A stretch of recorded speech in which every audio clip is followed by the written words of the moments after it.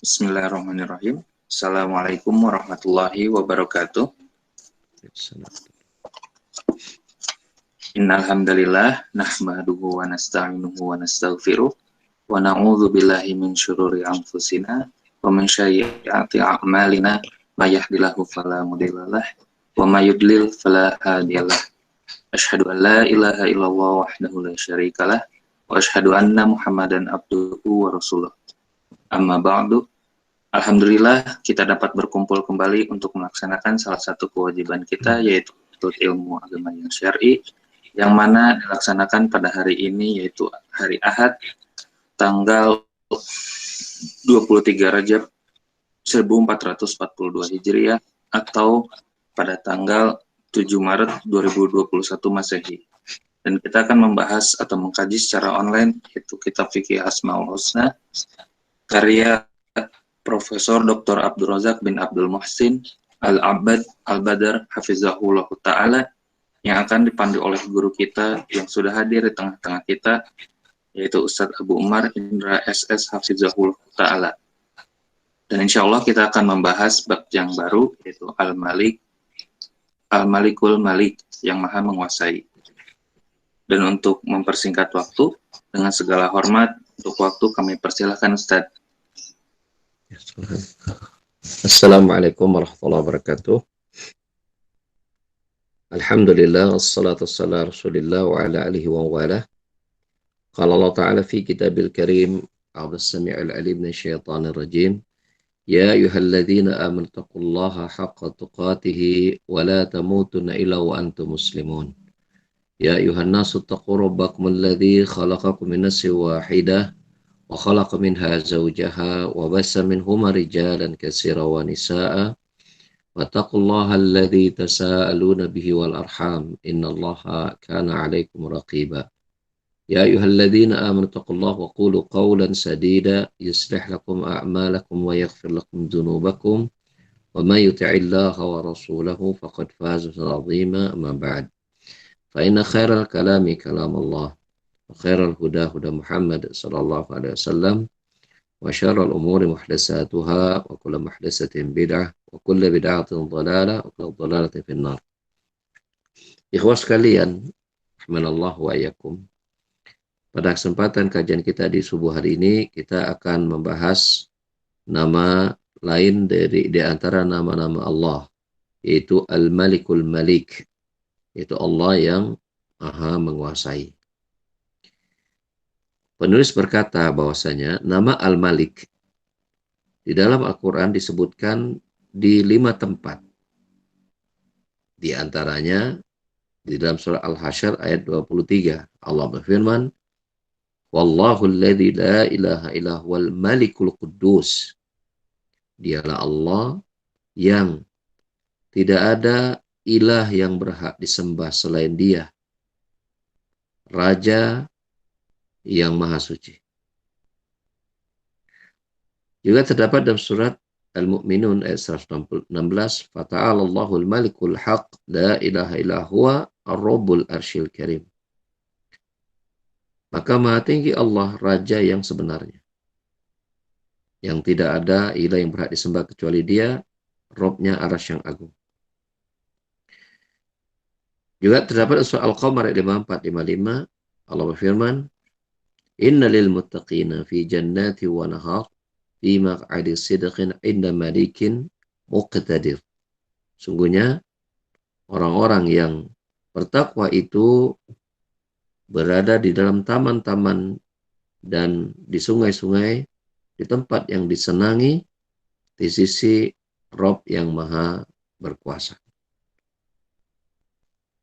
Inilah 3 di antara 5 tempat di dalam Al-Quran Al-Karim yang menjelaskan nama Allah Al-Malik atau Al-Malik, yang maknanya Allah yang maha berkuasa. Dan sebagai pemilik kekuasaan tentulah Allah mengatur apa yang Dia kuasai tanpa ada satupun yang menghalangi dan merintanginya. Berdasarkan hal inilah maka mana Al-Malik, yaitu Allah sebagai Maha Penguasa, maka penguasaan Allah Subhanahu wa taala ya, itu kembali kepada 3 perkara. Ya. Yang pertama adalah berkaitan dengan penetapan ya, kekuasaan itu bagi Allah Subhanahu wa taala. Karena ketika kita menetapkan Allah Maha Berkuasa, maka itu menunjukkan akan sifat Allah yang agung, yang terdiri dari kesempurnaan, yang mengandung semua kesempurnaan pada kekuasaannya, baik dari sisi sempurnanya kekuatan, sempurnanya kemuliaan, sempurnanya kemampuan, sempurnanya ilmu, sempurnanya pengawasan, sempurnanya hikmah dari pengaturan dan penguasaan Allah Subhanahu wa taala yang luas. Sempurnanya perwujudan kehendak yang Allah inginkan, sempurnanya pengaturan, dan sempurnanya kasih sayang, serta hukum yang merata pada semua alam semesta, baik di dunia maupun di akhirat. Ya. Tentang di dunia, ini berkaitan langit dan bumi, Allah berfirman, walillahi mulkus samawati wal ardi wallahu ala kulli syai'in qadir. Ya. Dan milik Allah lah kerajaan langit dan bumi. Dan Allah Maha Kuasa atas segala sesuatu. Ali Imran ayat 189. Tentang konteks di akhirat, bahwa Allah sebagai penguasa, maka Allah berfirman, Al-Malik, Al-Mulku, Yawma idin Al-Haqqu, Lirrahman. Kerajaan yang hak pada hari itu adalah kepunyaan Ar-Rahman, yang Rob yang Maha Pemurah, itu Allah Jalla wa'ala. Allah juga menegaskan surat Mukmin ayat 16 atau Ghafir ayat 16. Limanil mulkul yauma lillahil wahidil qahar. Kepunyaan siapakah kerajaan atau kekuasaan pada hari itu, yaitu pada hari kiamat itu? Maka jawabannya, kepunyaan Allah saja yang Maha Esa lagi Maha mengalahkan. Dan ini sama ketika terdapat dalam soal Fatihah ketika kita mengucapkan Maliki Yaumiddin, Allah sebagai penguasa hari pembalasan. Ya, Allah sebagai penguasa pada hari pembalasan. Bukan berarti Allah Subhanahu wa taala tidak berkuasa ketika di dunia. Ya, tadi sudah kita sebutkan Allah pemilik langit dan bumi. Maka Allah adalah penguasanya. Allah adalah pengaturnya. Nanti kita akan lihat bahwa manusia itu dikuasai dan diatur oleh Allah Subhanahu wa taala ketika mereka juga masih di dunia. Ini yang pertama yang harus kita pahami, bahwasanya Allah pemilik, penguasa, pengatur dunia dan akhirat. Ya, dunia dan akhirat. Hanya saja memang diakuinya secara mutlak tanpa ada satupun manusia yang menyanggah dan tidak akan ada satupun yang tidak taat kepada Allah, itu kecuali tampak pada hari kiamat. Adapun di dunia ini, berapa banyak penguasa-penguasa di suatu tempat yang ada di bumi ini, itu mereka dengan sombongnya menentang Allah Subhanahu wa taala, tidak mau beriman kepada Allah Subhanahu wa taala. Ya, hawa nafsu yang ada pada mereka ya, membuat mereka buta terhadap kekuasaan Allah Subhanahu wa taala. Dan demikianlah bila Allah telah menyesatkan seseorang, maka tidak ada yang dapat memberikannya hidayah. Itu di dunia. Ya. Manusia yang memiliki jabatan, memiliki kemampuan ini dan itu, di dunia ya mereka ya masih bisa menyombongkan diri mereka untuk kemudian tidak mau tunduk pada aturan Allah Subhanahu wa taala. Walaupun nanti kita akan jelaskan semua tidak ada yang keluar dari aturan Allah Subhanahu wa taala nanti.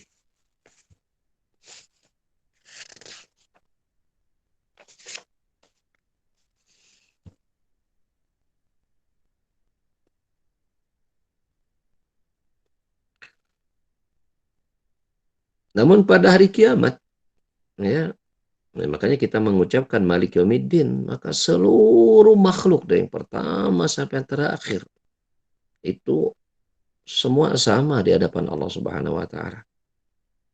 Di padang mahsyar mereka berpenampilan sama, berpikiran sama. Bagaimana penampilannya? Itu buligir, tidak ya memakai sehelai benang pun di tubuh mereka, tidak beralas kaki, tidak berkhitan dan tidak bawa apa-apa. Persis seperti ketika mereka lahir. Bedanya ketika lahir, badannya masih kecil dan tidak bisa ngomong, nggak bisa mikir. Nah, di hari kiamat udah besar semua, lengkap anggota tubuhnya.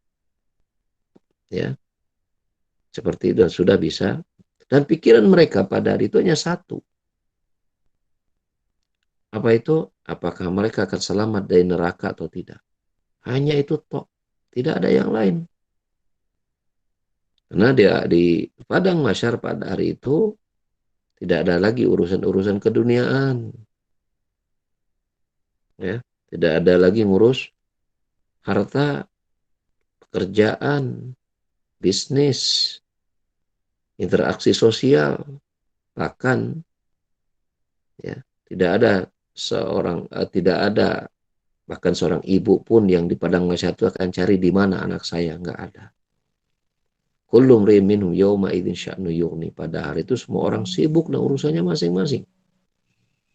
Nah, kan di dalam ayat disebutkan orang-orang yang di hadapan mereka sudah neraka sudah ditampakkan dan mereka akan memasukinya. Ya, bahwa mereka itu yawaddul mujrimun la yaftadi yauma idzin ya bibani wa ummihi wa abi wa sahibati wa akhi likulli minhum yawma sya'nu yughni. Ya, yawaddul mujrimu ya yaftadi min adabi yauma idzin bibani wasahibatihi dan seterusnya, bahwa pada hari itu orang-orang yang melakukan kesalahan baik karena kekufuran, kesyirikan atau dosa-dosa yang lainnya,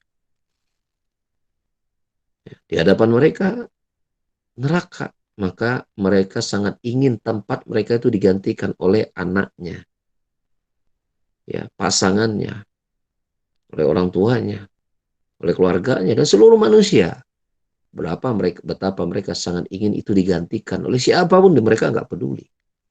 Maka kok sudah pada hari kiamat tidak ada satu manusia pun ya yang akan peduli dengan selain dirinya, tidak ada. Ini paling berharga buat kita bahwa sesungguhnya ya kita harus memperjuangkan akhirat kita masing-masing pada hari ini. Oleh karenanya untuk perjuangan kita ya kita bukan saja ya, melaksanakan ibadah-ibadah yang sifatnya hablullah ya, itu berkait kita dengan hubungan horizontal kita dengan Allah Subhanahu wa taala saja. Tapi juga perintah Allah berkaitan dengan bakti kita kepada orang tua, berkaitan dengan bakti seorang istri pada suami, berkaitan dengan tanggung jawab seorang kepala keluarga dengan keluarganya, berkaitan dengan amanah-amanah ini dan itu dan seterusnya. Itu semua kita lakukan dalam rangka nanti kelak pada hari kiamat di padang mahsyar kita akan diatur oleh Allah Subhanahu wa taala secara mutlak dan diminta pertanggungjawabannya masing-masing, dan kita tidak akan mencari siapapun di padang mahsyar itu orang-orang yang di dunia ini pernah sangat-sangat dekat dengan kita. Ya, semuanya sudah menyelamatkan dirinya masing-masing. Nah, maka mana Malik Yaumiddin? Allah sebagai penguasa hari kiamat. Ya, artinya kekuasaan Allah itu diakui seluruh makhluknya di hari kiamat. Namun di dunia ya banyak manusia yang tidak mengakui kuasa Allah dan tidak mau diatur oleh Allah Subhanahu wa taala.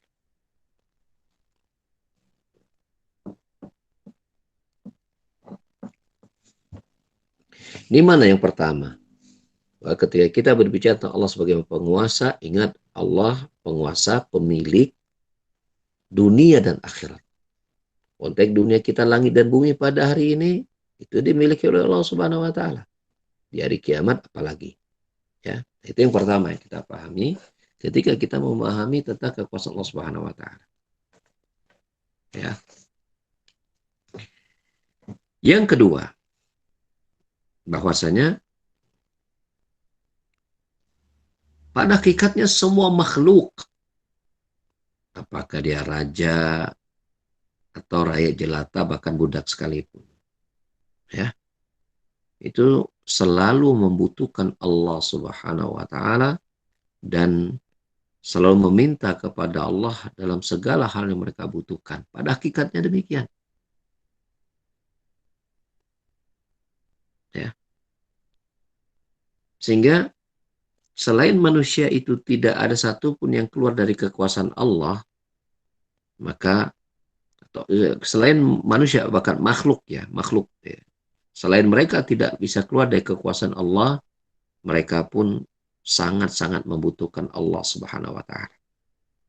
Tidak ada makhluk Allah ini yang tidak membutuhkan Allah, baik dalam hal pengadaan sesuatu,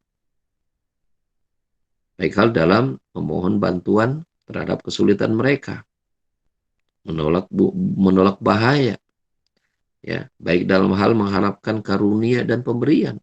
Itu semua, ya, sangat mereka butuhkan. Hanya hawa nafsu saja mereka yang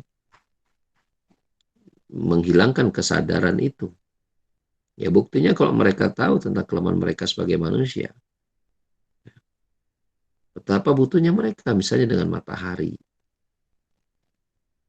ya, dengan bulan, dengan bintang. Betapa butuhnya mereka dengan udara. Betapa butuhnya mereka dengan air. Itu semua manusia mengetahui bahwa yang menjadi pemilik dan pengaturnya adalah Allah Subhanahu wa taala. Ya, pemilik matahari Allah, yang mengaturnya pun Allah. Ya, Allah pemilik air, yang mengaturnya pun Allah. Ya, kita sudah bahas berkali-kali tentang air hujan, ya, tentang air hujan. Nggak ada manusia yang bisa mengatur turunnya hujan, baik pemilihan lokasi ataupun mengatur lebat tidaknya turunnya hujan. Nggak ada manusia yang bisa berbuat demikian. Sehebat apapun mereka, bila mereka berkumpul, seluruh mereka mengandalkan semua teknologi dan orang-orang yang hebatnya untuk mengatur hujan, maka pasti mereka tidak akan bisa melakukannya. Itu saja baru satu bagian tentang hujan saja, yang itu merupakan sumber kehidupan manusia. Manusia saja sudah bertekuk lutut gitu. Tapi demikianlah, setan memalingkan mereka dari tunduk kepada Allah Subhanahu wa taala, ya, dan mengikuti aturan Allah Subhanahu wa taala. Nah, dari sini tampaklah bagi kita bahwasanya seluruh makhluk yang itu selain tidak bisa keluar dari aturan Allah, mereka pun sangat-sangat membutuhkan Allah Subhanahu wa taala. Maka tentang hal ini Allah Subhanahu wa taala tegaskan terutama dalam surat Fatir ayat 13 hingga 17. Ya. Ayat 15 hingga 17, ya. Surat Fatir. Nah, kita nukilkan ayat 15-nya saja. Allah berfirman, "Ya ayuhan nas, antumul fuqara'u ilallah. Wallahu wal ghaniyul hamid." Apa kata Allah? Wahai sekalian manusia, kamulah, ya, yang sangat butuh kepada Allah.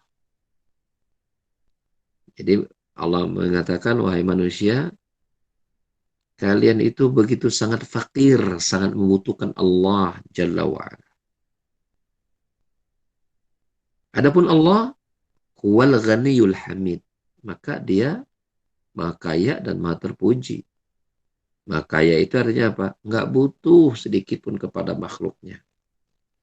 Ya. Ketaatan semua makhluk itu tidak sedikit pun bermanfaat bagi Allah. Bila seluruh manusia taat, semua soleh semua, itu tidak menambah sedikit pun kekuasaan dan kemuliaan Allah. Atau sebaliknya, bila semua mereka berpaling dari Allah, tidak mau tunduk kepada Allah, pun Allah tidak rugi sedikit pun. Ya. Dan Allah Maha terpuji dalam semua perbuatan-perbuatannya dan semua sifat-sifat.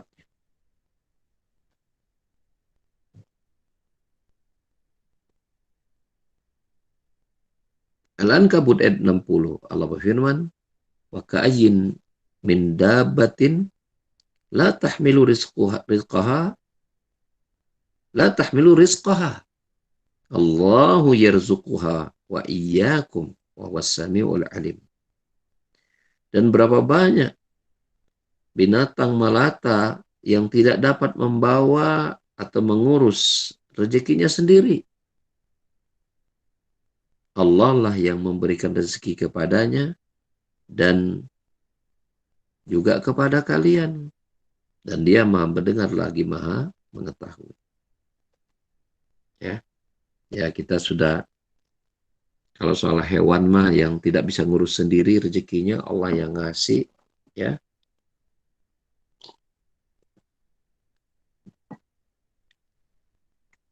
Allah yang mengaturnya. Saya sering atau mungkin pernah juga menyampaikan di sini ya tentang anak buaya. Contoh. Buaya itu kalau melahirkan anaknya itu bukan di air. Melahirkan anaknya di pinggir air. Dan agak jauh dari air. Ketika dia mulai menetaskan telur anak-anaknya. Itu ketika si anak buaya lahir, itu langsung bisa berjalan. Loh, hanya saja memang ukurannya kecil karena baru lahir. Dan ketika berjalan itu, ya, si anak buaya itu langsung cari air gitu. Langsung cari air. Berjalan, cari air, dan langsung bisa berenang. Nggak kelelep gitu.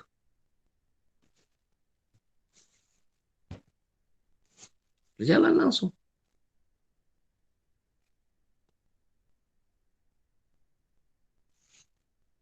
Sekarang antum perhatikan sapi. Sapi itu ketika melahirkan, itu anaknya langsung bisa berdiri atau kayak kita dulu. Baling nanti merangkak, nanti kemudian berdiri. Langsung berdiri atau langsung... Siapa pernah lihat anak sapi? Kalau ketika habis baru melahirkan tuh anak sapi itu kayak kita dulu baling, kemudian ngarondang, kayak tersebut kan baru berdiri begitu. Coba lihat anak sapi. Langsung berdiri, Ustaz. Langsung berdiri kan? Iya. Tuh, hari orang mah tuh bisa. Tuh sapi langsung berdiri itu anaknya baru lahir. Langsung Allah berikan kakinya kuat gitu. Dari kita enggak. Itu kita menunjukkan bagaimana maha berkuasanya Allah dalam menciptakan segala sesuatu. Allah mampu kok menjadikan kita begitu baru lahir itu berdiri, Allah mampu. Buktinya anak sapi Allah jadikan berdiri kok. Buktinya anak buaya berjalan bahkan menuju air gitu. Kemudian dia langsung ya mencari penghidupannya sejak saat itu. Ya. Itu Allah mengatur mereka. Saya juga untuk manusia kan ya anak bayi itu. Itu kok bisa ketika dia di pangkuan ibunya baru lahir itu, kok bisa dia maaf ya, itu dia minum dengan baik dari ASI ibunya gitu. Ya, minum dengan baik gitu. Siapa yang mengajarkan dia? Ya, untuk minum dengan cara yang tepat begitu. Seperti itu sehingga dia bisa masuk mengkonsumsi makanan ya, padahal masih sangat baik. Digendong ibunya langsung dia bisa meminum dengan baik gitu. Siapa yang mengajarkannya? Itu. Ya. Nah, itu bukti bahwasanya Allah Subhanahu wa taala mengatur rezeki makhluk yang terlemah sekalipun di muka bumi ini. Ya. Dan ketika mereka sudah besar ya, kita sudah sampaikan tadi ya kaitannya ya dengan pengaturan Allah dan mengatur matahari, mengatur hujan dan seterusnya. mengatur udara buat mereka, mengatur angin buat mereka.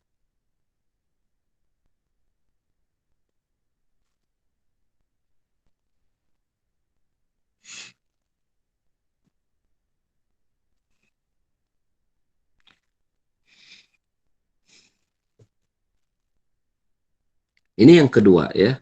Jadi setelah yang pertama, ketika kita mengenal Allah sebagai penguasa, Allah penguasa dunia dan akhirat. Yang kedua, bahwasanya semua makhluk itu berada dalam pengaturan Allah dan sangat-sangat membutuhkan Allah Subhanahu wa taala. Tidak satu detik pun mereka tidak membutuhkan Allah Subhanahu wa taala. Ini hanya soal mereka mengakuinya atau tidak. Itu saja perbedaannya. Ya. Kalau secara kenyataan tidak ada satupun makhluk yang lepas dari kebutuhan mereka kepada Allah Subhanahu wa taala, dikaitkan dengan pengaturan Allah Subhanahu wa taala pada makhluk yang kita sebutkan tadi. Contohnya adalah mengatur matahari, mengatur bintang, bulan, turunnya hujan, mengatur udara, mengatur angin dan seterusnya. Ya.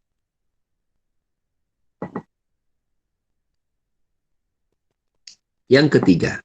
Nah, ini yang kita lihat, diakui atau tidak, manusia tidak bisa lepas dari aturan Allah Subhanahu wa taala dari sisi perbuatan mereka. Bahwasanya apa yang Allah atur pasti terlaksana.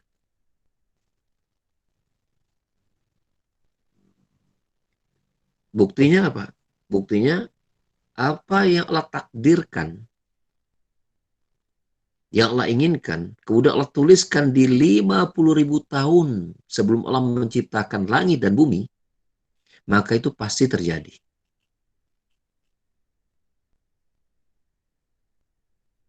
Yang Allah simpan di dalam kitab Lauhul Mahfuz.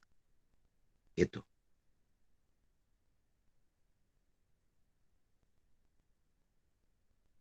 Ya. Kapan kita lahir, setelah lahir kita ngapain, sampai dewasa apa yang kita kerjakan, dan kapan kita mati, itu semua sudah tertulis lengkap dan detail dalam kitab Lauh Mahfuz 50.000 tahun sebelum Allah menciptakan langit dan bumi. Dan tidak ada yang keluar dari catatan takdir tersebut. Tidak ada. Kita duduk berkumpul di sini itu sudah tertulis dalam kitab Lauh Mahfuz. Sudah. Termasuk surga nerakanya kita sudah tertulis. Cuman kita tidak perlu berpikir ke situ. Yang Allah minta kepada kita, ya kita berusaha untuk mengejar surga kita. Dan menyelamatkan kita dari neraka. Sudah tertulis. Sehingga dari situ tidak ada yang keluar dari pengaturan Allah. Ketika Allah menetapkan takdir di 50.000 tahun sebelum Allah menciptakan langit dan bumi dan manusia yang ada di dalamnya di bumi, maka tidak ada yang keluar dari apa yang telah Allah tuliskan tadi. Itu menunjukkan bahwasanya tidak ada yang bisa keluar dari pengaturan Allah Subhanahu wa taala. Terlepas dari mereka menyadarinya atau tidak. Itu kan soal keimanan.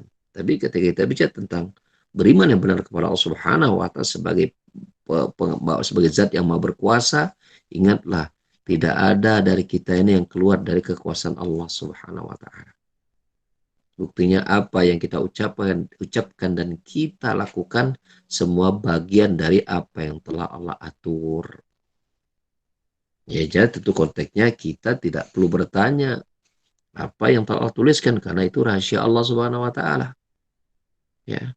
Tapi iman kita menyatakan demikian. Ya, seperti itu.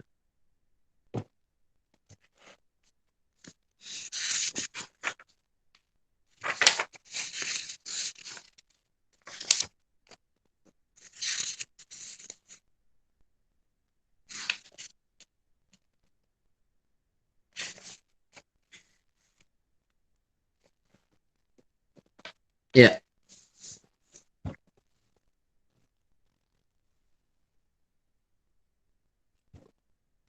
Maka dari sinilah tidak ada satu makhluk pun yang dapat menolak takdir Allah Subhanahu wa taala. Tidak akan ada yang dapat mampu mengalahkan hukumnya Allah Subhanahu wa taala. Ya, bagi Allah hukum yang berlaku pada makhluk, ya, baik secara syar'i maupun secara kauni, maka itu milik Allah Subhanahu wa taala. Maka di sini kemudian diulas bagian dari pengaturan Allah dikaitkan dengan takdir. Ya. Yang pertama, bagi Allah lah bagi Allah semata, ya, pengaturan hukum-hukum takdir. Baik dalam ketika Allah menakdirkan untuk ada, Allah menakdirkan dalam hal bentuk pertolongan, menghidupkan dan mematikan, dan lain sebagainya. Ini sudah kita jelaskan tadi. Yang kedua, bahwa membuat hukum syariat itu hanya Allah saja yang menetapkan. Dengan itu Allah mengutus Rasul dan menurunkan kitab-kitab. Sehingga dari sini tidak boleh seseorang berbicara tentang agama Allah tanpa izin dari Allah Subhanahu wa taala. Baik dalam hal menyatakan syirik dan tidak, menyatakan iman dan kufur, menyatakan boleh dan tidak, halal dan haram. Itu milik Allah Subhanahu wa taala. Maka manusia tidak boleh mengotak-atik dan ikut campur, ya, dalam urusan itu. Kau berani mengambil hak Allah dalam hal mengatur syariat, Masya Allah. Ya, innalillah. Tunggu saja waktunya. Ya. Ketika Allah murka karena apa yang menjadi haknya itu mengatur agama, membuat agama adalah haknya Allah. Kemudian manusia ikut campur dalam hal itu. Ya, tunggulah waktunya. Kemudian Allah akan wujudkan bentuk adab. Ya, dan bentuk adab. Maka dari sini, ya, manusia tidak boleh menyombongkan diri, ya, sampai melampaui batas, lupa kepada batas. Dia tidak mengerti kapan dia harus berhenti.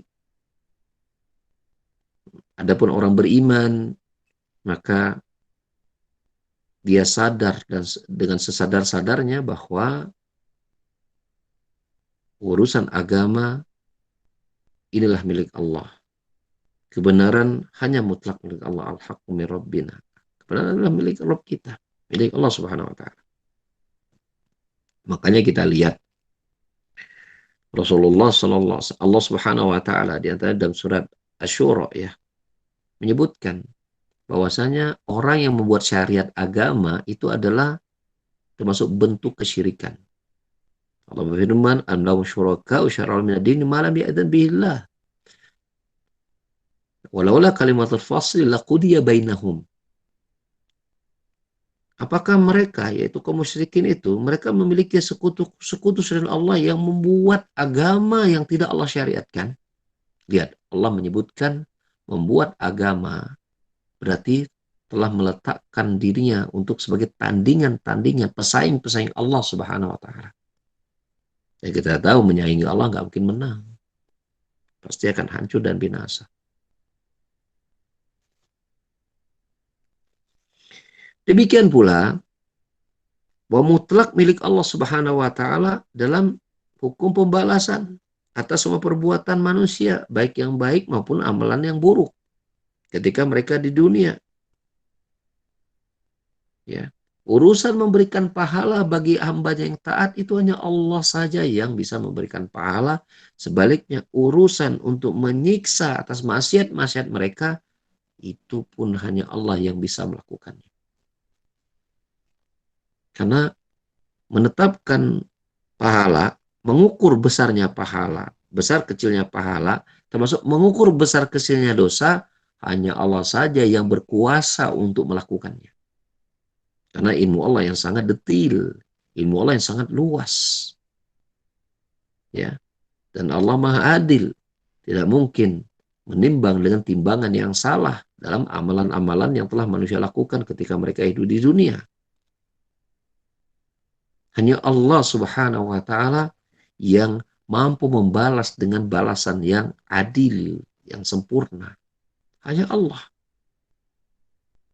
Hanya Allah. Allah tidak mungkin berbuat zalim dalam hal itu.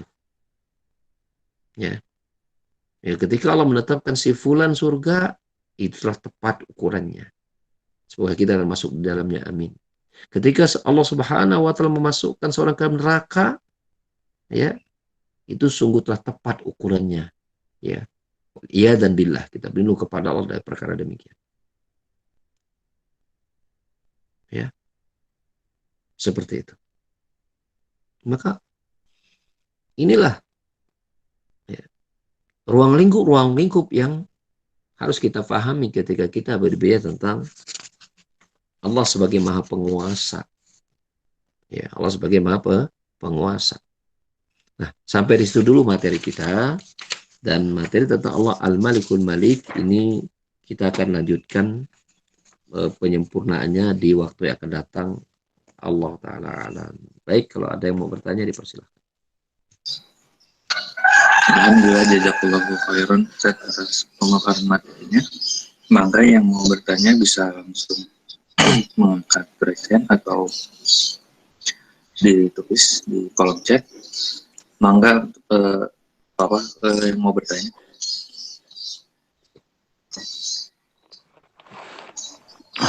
Assalamualaikum warahmatullahi wabarakatuh. Waalaikumsalam warahmatullahi wabarakatuh. Ya. Barakallahu fiik Ustaz. Di dalam kehidupan yang biasa, misalnya seperti pekerjaan, gitu. Di dalam mengerjakan pekerjaan, terkadang semua yang sudah kita rencanakan dari A sampai Z, gitu. A, B, C, D dan sebagainya. Tetapi di dalam perjalanan terkadang rencana itu tidak sesuai dengan apa yang kita rencanakan. Perjalanannya itu tidak sesuai dengan apa yang kita rencanakan. Namun menurut iman yang kita tahu bahwa ini sebetulnya sudah diatur oleh Allah. Tapi kemudian kita sendiri malah menyalahi itu sendiri, Ustadz. Misalnya, ini seharusnya sih, udahlah kalau begini caranya sih pakai cara yang tidak seharusnya, gitu loh Ustadz. Misalnya bayar aja lah orang ini untuk melakukan begini, misalnya seperti itu. Nah itu gimana Ustadz? Gimana apanya maksudnya?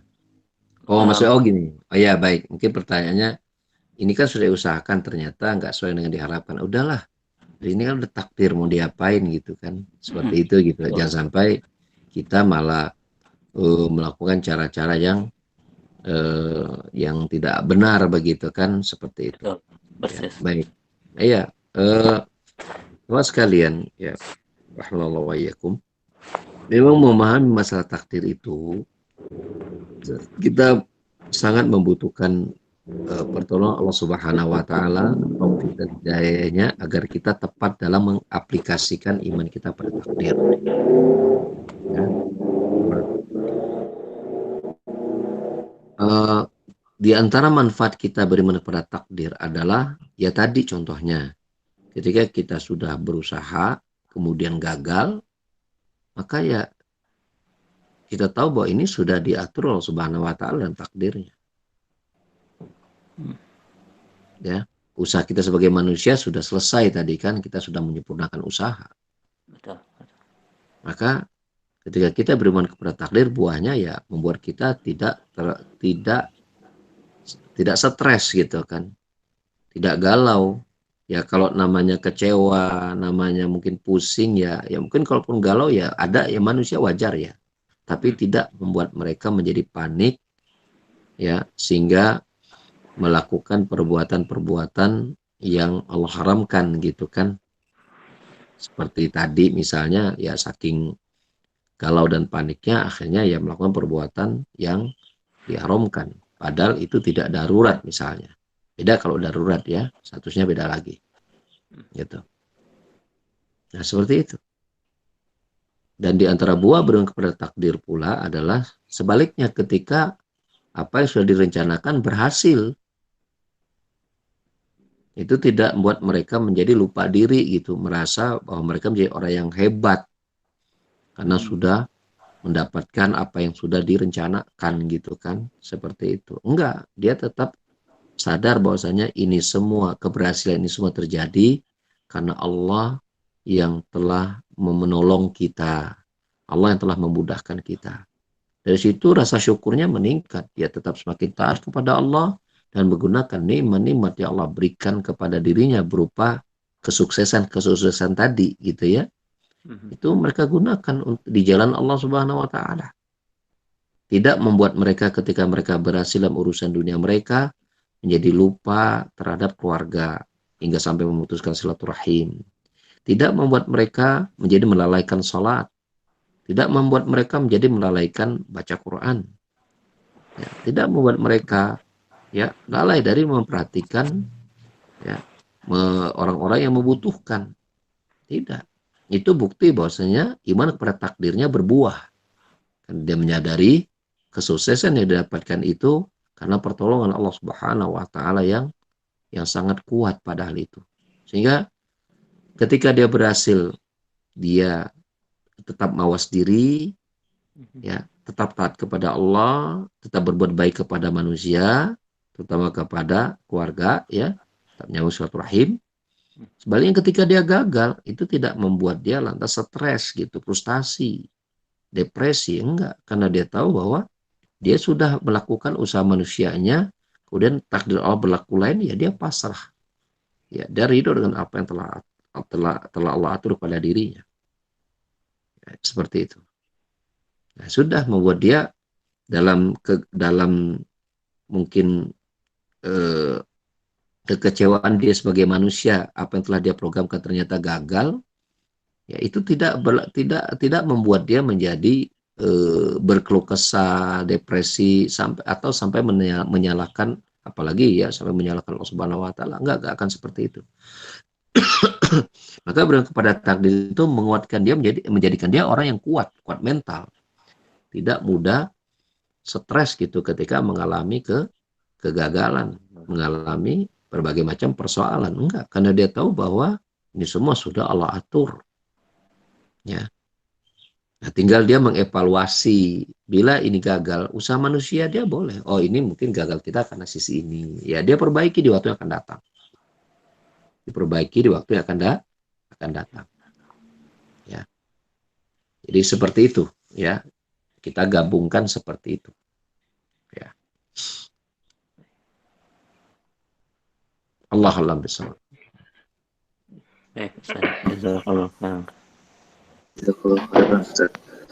Ini ada pesan yang sebesar pertanyaan. Anda bacakan, Ustaz? Bismillah. Assalamualaikum, Ustaz.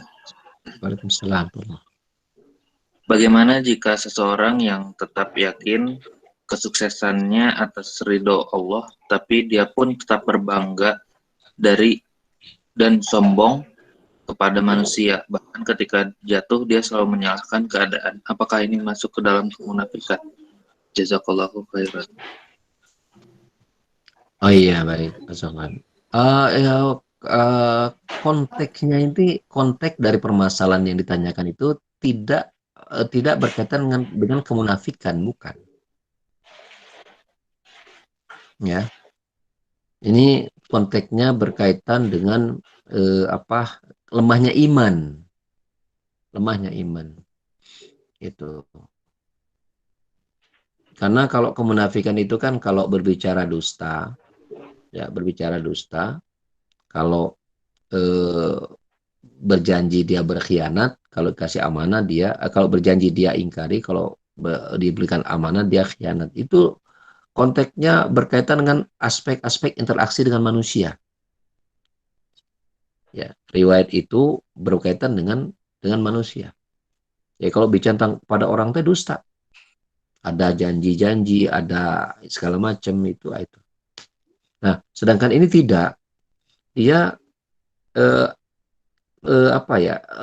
dia imannya lemah, atau dia orang yang terkena syubhat, atau orang yang memang belum berilmu, gitu loh. Jadi nggak bisa ini kurang tepat kalau kita katakan konteksnya berkaitan masalah kemunafikan. Enggak, lebih banyak kepada dia lemah iman, kurang ilmu, ya, seperti itu. Demikian, ya. Jadi nggak bisa kita katakan dia ini orang munafik nih gitu. Katanya beriman kepada Allah gitu kan, takdir, tapi dalam dia ketika susah dia nyombongkan diri, ketika jatuh dia nyanyalin keadaan gitu kan, seperti itu. Nanti kan ada kesan kontradiktif ya, dengan imannya kepada Allah, dia nyatakan iman kepada Allah, ridho akan takdir Allah, tapi dalam kenyataannya dia salah dalam aplikasi kan, ketika berhasil dia sombong, ketika jatuh dia gusar gitu kan. Maka ini kurang pas konteks dengan kemunafikan. Yang pas adalah dia terkena syubhat gitu ya, karena kurangnya iman, kurangnya ilmu gitu. Jadi terjadi eh, kekacauan dalam pemikirannya gitu ya. Itu lebih banyak ke sana. Ya, lebih banyak ke sana pembahasannya tentang kasus orang tadi ya, seperti itu.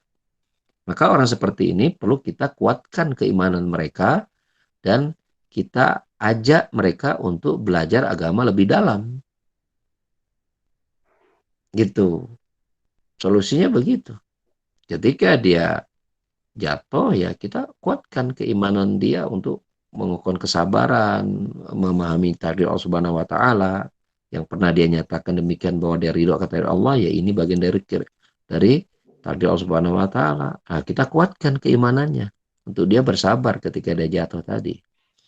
Dan sebaliknya ketika dia juga sukses tadi, dia menyombongkan diri, ya kita eh, ingatkan dia untuk banyak banyak bersyukur kepada Allah atas keberhasilan gitu kan, kemudian banyak merenung kan, karena itu juga keberhasilan itu juga ujian baru ya, ujian baru. Apakah susah itu membawanya semakin dekat kepada Allah atau membuatnya semakin jauh dari Allah Subhanahu wa taala? Maka keberhasilan pun juga ujian gitu. Cuman manusia memang kurang sadar ya. Mereka tahu ujian itu kalau susah-susah musibah aja. Dikira kalau kesuksesan, kesenangan itu bukan ujian. Sama, itu juga ujian. Ya, Allah sebutkan hal itu di dalam surat Al-Anbiya ya, ayat 53 ya, seperti itu. Allahu a'lam bishawab. Syukran jazakallahu khairan. Ada lagi kalau yang mau bertanya silakan. Assalamualaikum Ustaz. Waalaikumsalam warahmatullahi wabarakatuh. Ustaz, Afwan mau tanya, ini kalau kaitannya dengan Al-Malik ini, saya khawatir masuk ke dalam subhatnya Qadariyah atau Mu'tazilah, Ustaz. Mungkin Qadariyah sama Jabriyah. Jabriyah, betul. Ya, itu saya khawatir masuk ke dalam itu, mungkin bisa dijelaskan lebih ini. Terima kasih. Ya tadi simpelnya begini saja, simpelnya begini. Pokoknya kita tahu Allah telah mengatur takdir, udah selesai. Ya, semua terjadi takdir Allah Subhanahu wa taala. Tidak ada yang keluar dari Allah Subhanahu wa taala. Udah, kita imani saja. Nah, PR kita itu bukan memikirkan takdir. Bukan memikirkan apa yang telah Allah tuliskan. Bukan itu PR kita. PR kita adalah ya beriman kepada Allah akan syariatnya. Itu kan bagian kekuasaan Allah juga, sudah kita bahas tadi. Allah membuat syariat, Allah membuat agama. Nah, PR kita itu berinteraksi kita dengan agama kita dengan benar. Nah, salah satunya mengimani takdir, sudah. Ya. Kemudian kedua, ya kita belajar agama dan melakukan amal soleh dan meninggalkan perbuatan maksiat. Nah, itu yang kita pikirkan. Bagaimana kita bisa mendapat pahala sebanyak-banyaknya dan bisa menjauhi dosa sejauh-jauhnya, baik dengan taubat-taubat kita, istighfar kita, atau amal-amal soleh yang lain. Fokusnya di situ aja. Makanya ketika sahabat ada yang bertanya bahwa kalau neraka udah dicipta, surga neraka udah diciptakan, untuk apa kita beramal? Maka Allah mengatakan beramal saja pokoknya kalian. Siap kalian itu nanti akan dimudahkan dengan apa yang dia ditakdirkan. Kalau dia ditakdirkan menjadi penghuni surga, Allah akan mudahkan dia untuk beramal soleh. Sehingga pikiran dia pengennya amal soleh, amal soleh, amal soleh. Ya pikirannya untuk selalu menjauh maksiat gitu. Tapi kalau seorang yang Allah takdirkan neraka, pola pikir dia itu mikirnya dunia mulu, jauh dari taat. Sholat jauh, sedekah lalai, silaturahmi putus gitu. Dia nggak peduli tentang akhiratnya. Itu tanda-tanda orang itu diinginkan neraka oleh Allah Subhanahu wa taala. Tapi kan dia tidak tahu bagian dari apa yang telah Allah tuliskan untuknya kan? Karena apa? Karena memang PR manusia itu tidak berkutat kepada apa yang telah Allah takdirkan. Cukup diimani bahwa itu ada, dan cukup diambil buah-buah manisnya saja. Ketika berhasil jangan sombong, ketika gagal ya jangan galau, jangan depresi gitu. Karena Allah sudah takdirkan. Nah, seperti itu. Jadi bawa pembahasan takdir itu ketika telah selesai dari usaha kita. Kalau berhasil, ini udah takdir Allah Subhanahu wa taala. Maka ayo kita bersyukur. Ya, ketika gagal atau kena musibah, ini takdir Allah Subhanahu wa taala. Mari kita bersabar. Adapun proses kita mengerjakan, itu pilihan kita. Kita ingin soleh, mencari pahala, dapat kebaikan, itu kita yang memilih. Ya, walaupun nanti apa yang kita pikirkan, kita pilih itu memang sudah bagian dari Allah Subhanahu wa taala, tapi itu tidak bagian dari PR kita. Itu tidak bagian dari tugas kita. Tugas kita adalah memilih dalam proses mengerjakan sesuatu. Itu tugas kita. Maka kita harus benar dalam memetakan mana yang menjadi pikiran urusan kita, mana yang memang menjadi kita kembali kepada Allah Subhanahu wa taala. Nah, itu saja sederhananya. Ya, maka pandai-pandailah kita memetakan masalah ya. Jangan dilabrak semua seolah menganggap bahwa Allah tidak ada dalam pengaturan kita gitu. Atau sebaliknya, sudahlah nggak perlu berusaha lah. Nah, kan semua juga sudah Allah atau cicing we. Nah, itu juga salah. Ya. Jadi harus pandai dalam memetakan masalahnya itu mana yang menjadi urusan kita sebagai manusia, itu memilih perbuatan kita. Ya, karena Allah turunkan syariat untuk kita memilih kan. Kalau seandainya kita tidak punya memilih, lalu untuk apalah utus Nabi dan Rasul? Sudah saja, nggak usah, nanti biar aja mereka milih mah. Jadi nggak perlu ada instrumen penilaian kalau gitu. Nggak perlu ada ujian di situ kalau kita tidak memilih di situ. Lalu butuh ujiannya di mana? Kan begitu. Nah, itu saja saya kira sederhananya Rasulullah ajarkan gitu. Kalau kita beramal, ya kalau kita beramal, cari amal kebaikan, ya baik kebaikan dunia dan akhirat kita, ya seperti itu. Jadi jangan sampai juga kita mengatakan, karena ada sebagian orang barangkali, ya ketika dia bicara tentang agama dan dia beriman pada takdir, itu akhirnya loyo dia dalam etos kerjanya gitu. Udahlah kok rezeki kan Allah yang ngatur, kita santai-santai juga kok mendapatnya gede-gede. Nah itu keliru itu. Gitu. Kalau gitu sekalian aja Anda jangan makan gitu kan. Kalau ditakdirkan kenyang, nah juga kenyang. Udah jangan makan gitu. Mau nggak dia kan nggak mau juga. Jadi itu terjadi kekacauan dalam pikirannya, dalam memahami hukum sebab akibat. Jadi kita hindari qadariyah yang tidak beriman pada takdir, merasa semua itu adalah perbuatan manusia. Kita juga hindari pemahaman jabriyah yang menghilangkan usaha manusia, gitu kan, hanya bersandar pada takdir Allah Subhanahu wa taala saja. Di tengah-tengah memang. Ahlussunnah itu wasatiyah antara qadariyah dan jabriyah. Baik. Satu lagi yang terakhir, ada pertanyaan. Mangga, ada pertanyaan lagi. Ada yang mengangkat tangan. Si Haris, mangga untuk. Nah. Assalamualaikum warahmatullahi wabarakatuh, Ustaz. Waalaikumsalam warahmatullahi wabarakatuh. Assalamualaikum ya Ustaz. Adakah kiat-kiat untuk kita supaya selalu mengingat Allah, Ustaz? Kadang kita baru ingat, kadang kalau bahkan waktu zikir pun kita lupa, cuman bilang cuman subhanallah subhanallah subhanallah.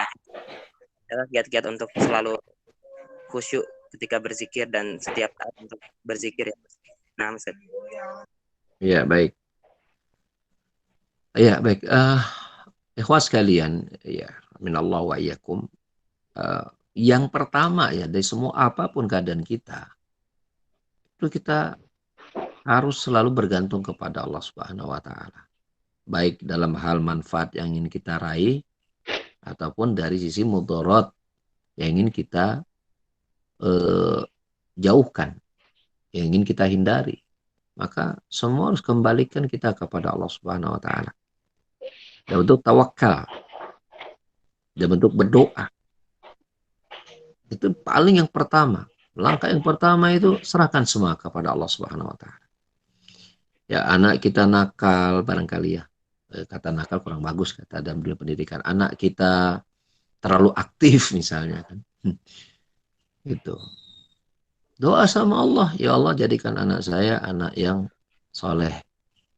Anak kita terkena sakit, musibah gitu, ya Allah angkat musibah ini ya Allah. Saya kena pandemi, silakan ya Allah angkat pandemi ini ya Allah, wabah corona ini ya Allah. Termasuk ketika kita merasa nggak khusyuk nih dalam sholat, kita merasa dzikir kita nih kok kayaknya nggak fokus nih, ya mulutnya qomat kamit tapi pikiran kita, hati kita kemana-mana nih gitu. Doa sama Allah, minta sama Allah. Ya Allah, aku ingin agar merasakan kelezatan dalam berzikir dan ibadahku ya Allah. Maka berikan kelezatan itu ya Allah. Khusyukkan aku dalam zikirku, dalam sholatku, dalam ibadahku ya Allah. Minta sama Allah. Allah mau berkuasa atas sesuatu untuk menyatukan hati dan pikiran kita agar kita fokus dalam ibadah kita. Minta sama Allah. Kuatkan keyakinan itu kita kepada Subhanahu. Itu yang paling prinsip. Paling prinsip. Gitu. Tapi kadang datang, kadang enggak Ustaz. Terus minta kepada Allah. Jangan sampai kemudian kita mengatakan, oh kemarin dikasih, sekarang kok enggak lagi gitu. Enggak, terus. Karena kebutuhan kita kepada Allah setiap waktu. Tapi Ustaz, Anda udah minta, kasih berulang lagi, balik deh gitu kan. Maka minta terus sama Allah. Ketika balik, minta lagi. Ketika balik, minta lagi. Itu terus. Selama kita hidup, itulah yang kita urus. Itu apa? Hati kita. Karena hati kita ini selalu berbolak-balik, maka itulah PR utama kita ketika kita masih hidup di dunia. Sibuk mengurus hati kita. Hari ini sejam ini kita bagus, berikutnya kita mulai melenceng tuh. Urus lagi sama kita, benerkan lagi. Terus tiap waktu. Jadi ya itulah kerjaan kita sebagai orang beriman. PR-nya begitu. Kerjaan orang beriman tuh yang ngurus yang begituan.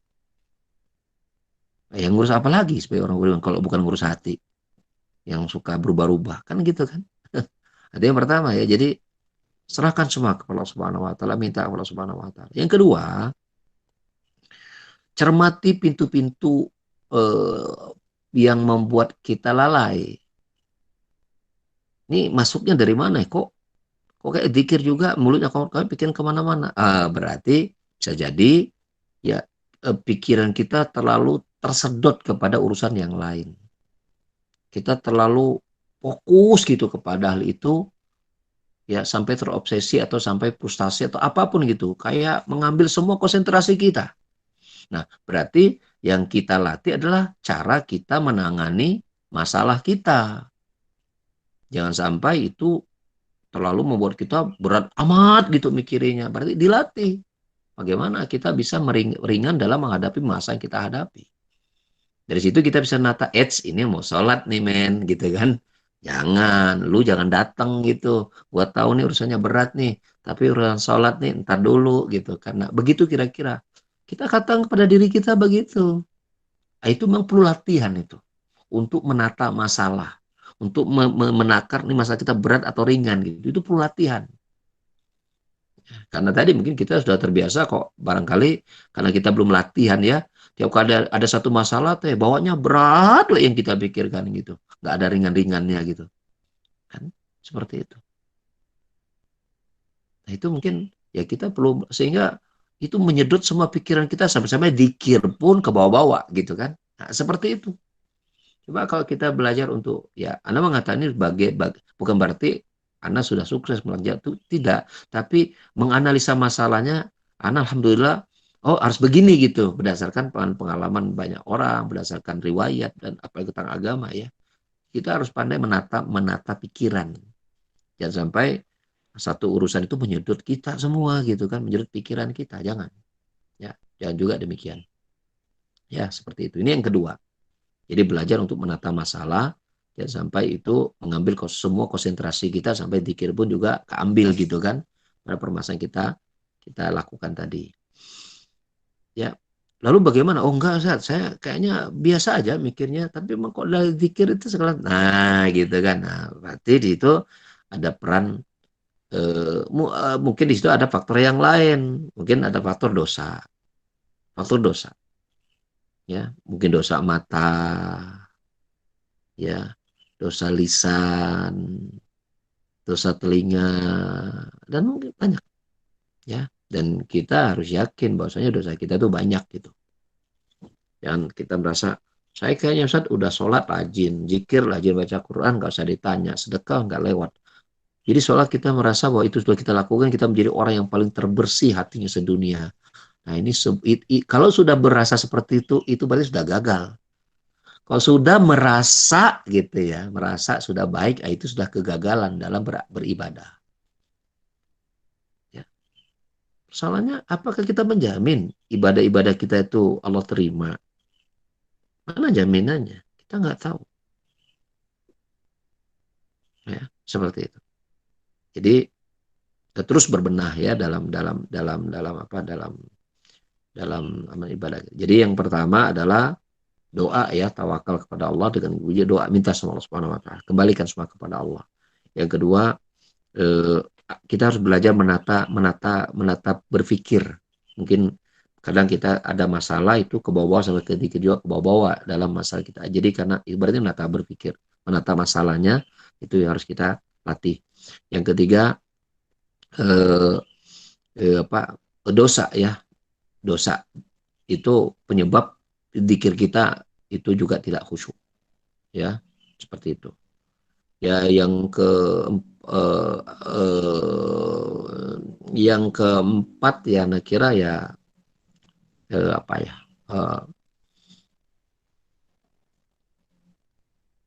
Harus banyak menyendiri memang bersama Allah Subhanahu wa taala di saat manusia banyak tidur. Ya. Tingkatkan kualitas sholat malam kita. Bila kita belum bangun malam. Dan ketika sudah bangun malam, terus tingkatkan kualitas sholat malam kita. Ya, jadikan itu waktu-waktu yang kita memang berbunajat kepada Allah, dekat kepada Allah, zikir kepada Allah. Ya, karena memang waktu itu waktu sangat sepi dan tenang. Mungkin di antara penyebab kita zikirnya nggak tenang, mungkin suasana gaduh gitu kan seling kita. Mungkin. Jika berpengaruh pada konsentrasi, sangat mungkin. Ya, maka cari waktu-waktu yang tenang di saat tidak ada suara manusia pun, lalu kemudian kita berzikir kepada Allah Subhanahu wa taala. Paling tidak ya, bila tidak setiap saat kita bisa berkualitas bagus dalam berzikir, paling tidak manfaatkan waktu-waktu tertentu untuk mendapatkan kualitas terbaik dalam zikir kita. Jadi kalau nggak bisa semua ya setengahnya juga kan lumayan. Ya, jangan sampai semua waktu gagal gitu kan. Nah, itu kan juga nggak bagus juga. Ya, anak kira mungkin demikian yang bisa kita kaji pada kesempatan kajian kita di pagi hari ini. Semoga Allah Subhanahu wa taala senantiasa selalu membimbing kita ya di jalan yang dia cinta dan ridhoi, memberikan menerima semua amal-amal soleh kita, menjauhkan kita dari berbagai macam keburukan, baik keburukan dunia apalagi keburukan akhirat, dan semoga Allah Subhanahu wa taala kumpulkan kita di tempat yang dicintai dan ridhoi. Amin Allahumma amin. Subhanakallahumma hamdika asyhadu an la ilaha illa anta astaghfiruka wa atubu ilaik. Wa akhiru da'wana alhamdulillahil alamin. Assalamualaikum warahmatullahi wabarakatuh. Syukran Ustaz. Alhamdulillah telah selesai kajian kita untuk pekan ini. Insya Allah kita akan bertemu lagi di pekan yang akan datang. Untuk itu saya tutup saja mungkin. Terima kasih atas kehadirannya. Subhanakallahumma wa bihamdika asyhadu an la ilaha illa anta astaghfiruka wa atubu ilaik. Assalamualaikum warahmatullahi wabarakatuh.